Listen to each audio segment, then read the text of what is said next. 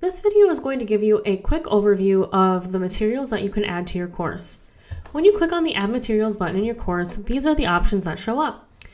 Let's go through them really quickly, the ones that you're probably going to be using the most with your students. Adding folders. Adding folders help keep your courses organized. So if you go and look at the course that you're in right now, you'll see that some of the folders have must complete underneath them. These are called completion folders. Completion folders take folders to a whole new level. They allow you to require students to complete assignments in a certain way and or in a certain order. So you can see here underneath is listed what students must do to move on. This is the kind of folder that you are going through right now in the Schoology Tube course. Adding assignments in Schoology can happen in two different ways. If you just add an assignment without using the Google Drive integration button, you can have students submit a file, submit a paragraph, submit something from their Google Drive, basically almost anything. As you can see, Schoology organizes everything alphabetically by students and allows you to filter by what needs grading, what's on time or late, and what's not submitted. When students submit an assignment, they have a little button right here that says Submit Assignment, like you've seen in your courses, and they can add their assignment by uploading a file or audio clip. They can create an assignment with the Schoology rich text features with typing out a sentence, a response, a paragraph, etc. Or they can use the Resources button to submit something directly from their Google Drive.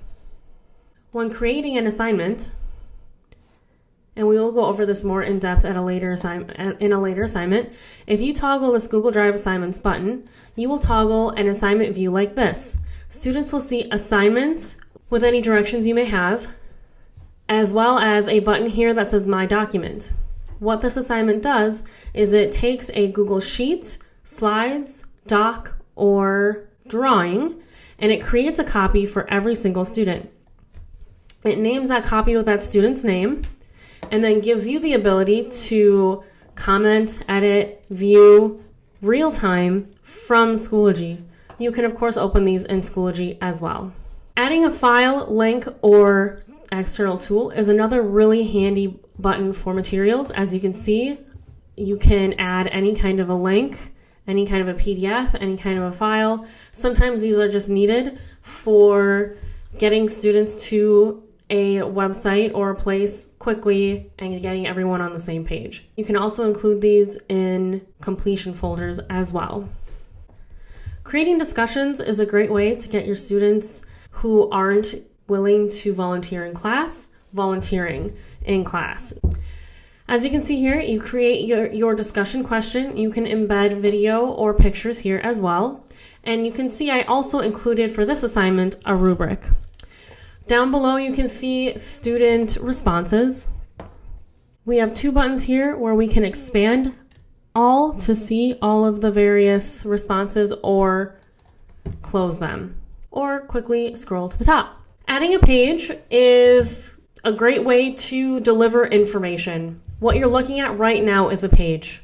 It's just a great place to use videos, embedded videos, embedded pictures, etc.